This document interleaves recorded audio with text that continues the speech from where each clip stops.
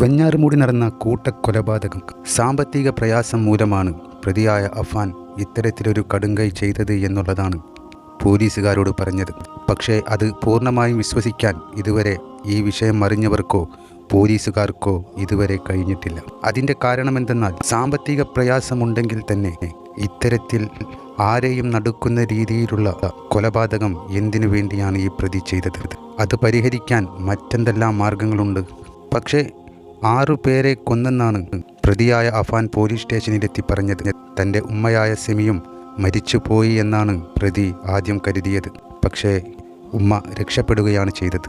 അങ്ങനെ ബോധം വന്ന ഉമ്മ പറഞ്ഞത്, എന്നെ ആരുമൊന്നും ചെയ്തിട്ടില്ല എന്നും ഞാൻ കട്ടിലിൽ നിന്ന് വീണതാണെന്നുമാണ്.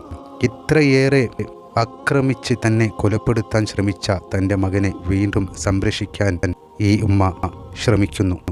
വല്ലാത്തൊരു സ്നേഹനിധിയായ മാതാവ് തന്നെയാണിത്. അല്ലെങ്കിൽ ഏതൊരുമ്മക്കാണ് ഇത്തരത്തിൽ തന്നെ ഇല്ലാതാക്കാൻ ശ്രമിച്ചിട്ടും ആ മകനെ സ്നേഹിക്കാൻ കഴിയുക? വലിയ പ്രയാസം തന്നെയാണ് ഇവരുടെ അവസ്ഥ ആലോചിക്കുകയാണെങ്കിൽ.